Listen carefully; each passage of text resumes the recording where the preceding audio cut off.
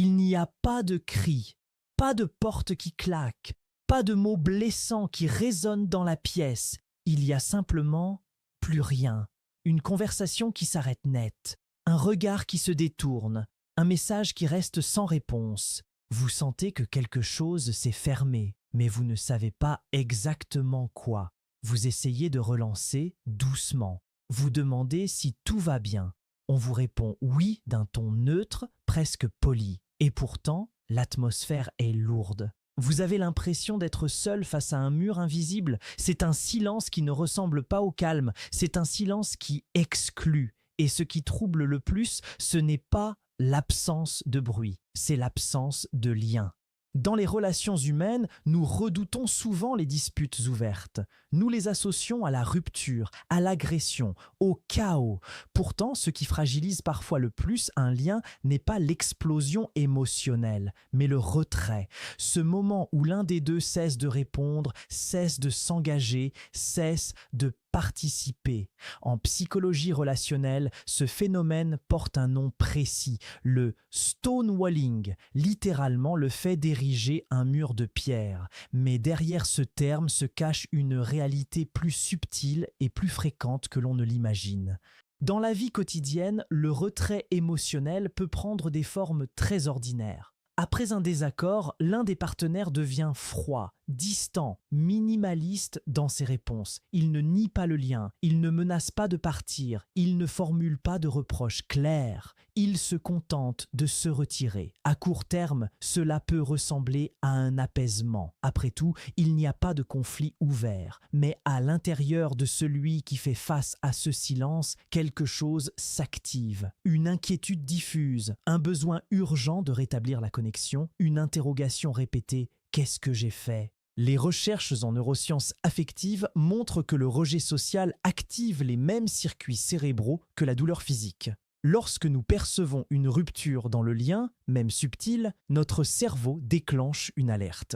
Le système d'attachement, décrit par John Bowlby, se met en marche. L'organisme cherche à restaurer la proximité. Dans un contexte de retraite émotionnelle, cette activation ne trouve pas de résolution claire. Il n'y a pas de dispute à résoudre, pas de mots blessants à clarifier. Il y a un vide. Et ce vide devient le terrain d'une intense activité cognitive. Celui qui subit le silence commence souvent par s'auto-analyser. Il repasse les échanges en boucle. Il tente d'identifier l'erreur. Il modifie son comportement. Il devient plus conciliant, plus attentif, parfois même plus effacé. Cette dynamique crée un déséquilibre subtil. L'un se retire, l'autre se rapproche davantage. L'un réduit l'investissement émotionnel, l'autre l'augmente. Sans qu'aucune règle n'ait été explicitement formulée, un rapport de force implicite s'installe. Il est important de distinguer ce retrait du simple besoin ponctuel de solitude. Dans une relation saine, il est normal de prendre du recul pour se calmer ou réfléchir. La différence réside dans la manière dont ce recul est communiqué et dans sa fonction. Le retrait destructeur n'est pas expliqué. Il n'est pas négocié, il est utilisé comme réponse à un malaise relationnel sans offrir de possibilité de dialogue.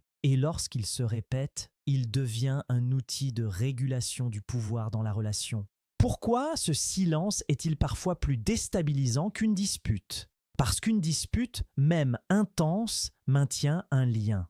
Les émotions sont exprimées, les positions sont clarifiées. Il y a confrontation, certes, mais il y a interaction. Le silence, lui, suspend l'interaction. Il coupe le circuit relationnel. Et dans cette coupure, celui qui reste en attente se retrouve seul avec ses hypothèses. Or, notre esprit n'aime pas l'incertitude. Il préfère une explication négative à l'absence totale d'explication. Ainsi, face au retrait répété, beaucoup finissent par conclure qu'ils sont la source du problème. La psychologie sociale a mis en évidence un biais puissant, l'attribution interne. Lorsque nous ne comprenons pas le comportement d'autrui, nous avons tendance à l'expliquer par nos propres défauts. Il est distant parce que je suis trop exigeant. Elle ne parle plus parce que j'ai été maladroit. Progressivement, cette logique s'installe. La confiance en soi s'érode.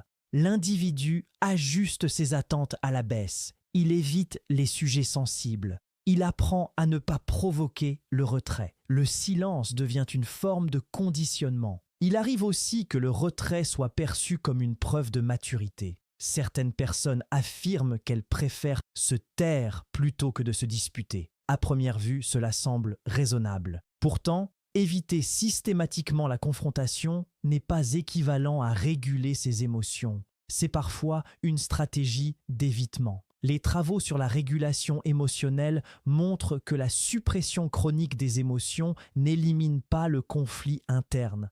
Elle le déplace. Ce qui n'est pas exprimé continue d'agir en arrière-plan, souvent sous forme de distance froide, de désengagement progressif ou de ressentiment silencieux. Dans le couple, le stonewalling est d'ailleurs l'un des prédicteurs les plus fiables de détérioration relationnelle selon les recherches de John Gottman. Ce n'est pas l'intensité des disputes qui annonce la rupture, mais la déconnexion émotionnelle répétée.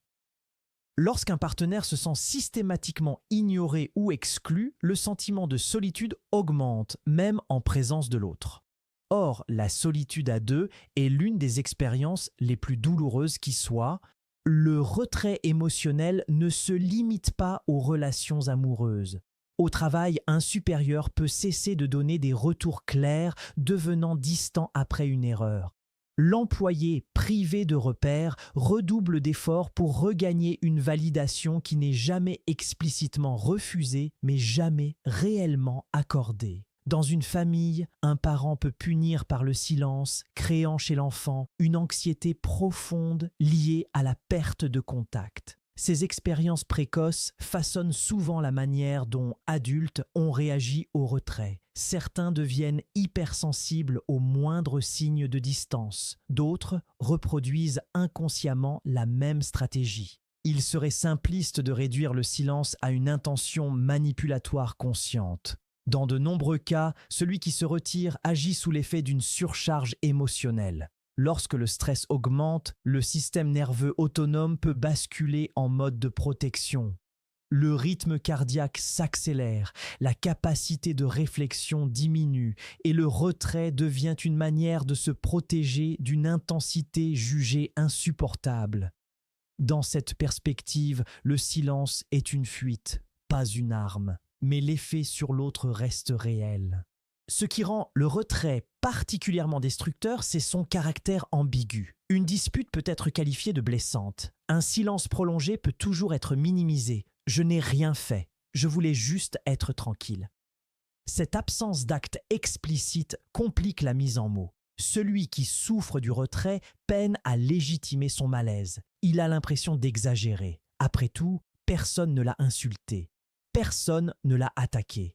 Et pourtant, il se sent progressivement invisible. Dans les dynamiques relationnelles répétées, ce type de silence peut devenir un moyen indirect de contrôle, non pas parce qu'il impose une règle, mais parce qu'il crée une incertitude. L'autre apprend que certains comportements entraînent une mise à distance. Il adapte donc sa conduite pour éviter cette coupure. Le silence devient alors un signal de désapprobation implicite, sans discussion ouverte. Ce mécanisme est particulièrement puissant parce qu'il agit en dessous du seuil conscient. Les effets psychologiques de cette dynamique sont multiples. À long terme, l'exposition répétée au retrait peut conduire à une hypervigilance émotionnelle. L'individu surveille les micro-signaux, anticipe les changements d'humeur, ajuste son discours en permanence. Cette vigilance chronique est épuisante. Elle altère la spontanéité et la sécurité affective. Dans certains cas, elle peut favoriser l'émergence d'anxiété ou de symptômes dépressifs liés au sentiment d'impuissance. Il est paradoxal de constater que l'absence de conflit peut parfois signifier l'absence de relations vivantes. Un lien authentique suppose la possibilité de désaccord, de confrontation, de réparation. Lorsque toute tension est absorbée dans le silence, il n'y a plus de transformation possible. Le lien se fige. Ce qui aurait pu être clarifié devient un non-dit accumulé. Il existe bien sûr des contextes où le silence peut être réparateur. Une pause pour éviter l'escalade, un temps de réflexion clairement annoncé, un retrait temporaire suivi d'un retour au dialogue. La différence réside dans la responsabilité relationnelle. Dire j'ai besoin de me calmer, on en reparle ce soir, n'a pas le même effet que disparaître émotionnellement sans explication. Dans le premier cas, le lien est suspendu mais reconnu. Dans le second, il est nié. Comprendre ces mécanismes ne consiste pas à transformer chaque silence en accusation. Il s'agit plutôt d'observer les schémas. Le silence est-il ponctuel ou systématique? Est-il suivi d'une tentative de réparation ou d'une normalisation sans discussion? La relation permet-elle d'aborder le sujet sans déclencher un nouveau retrait? Ces questions invitent à une réflexion plus large sur la qualité du lien. À un niveau plus profond, le retrait interroge notre rapport à la vulnérabilité. Entrer en conflit implique d'exposer ses besoins, ses limites, ses frustrations. Se taire peut sembler plus sûr. Mais une relation qui ne tolère pas l'expression des tensions devient fragile. Le silence peut préserver l'image de calme, mais il érode la confiance. Il empêche la co-construction d'une compréhension mutuelle. En fin de compte, le silence qui fait plus de dégâts qu'une dispute est celui qui nie la possibilité du lien, celui qui laisse l'autre seul face à ses hypothèses, celui qui installe le doute comme mode de régulation. Il n'est pas spectaculaire, il ne fait pas de bruit, il s'infiltre lentement, presque poliment, et c'est précisément cette discrétion qui le rend si puissant. Peut-être que la question essentielle n'est pas de savoir s'il faut éviter les conflits, mais comment les traverser sans disparaître l'un pour l'autre. Dans quelle relation le silence est-il un espace partagé et dans lesquels devient-il un mur? Et si finalement la véritable maturité relationnelle ne résidait pas dans l'absence de dispute, mais dans la capacité à rester présent, même lorsque le désaccord surgit?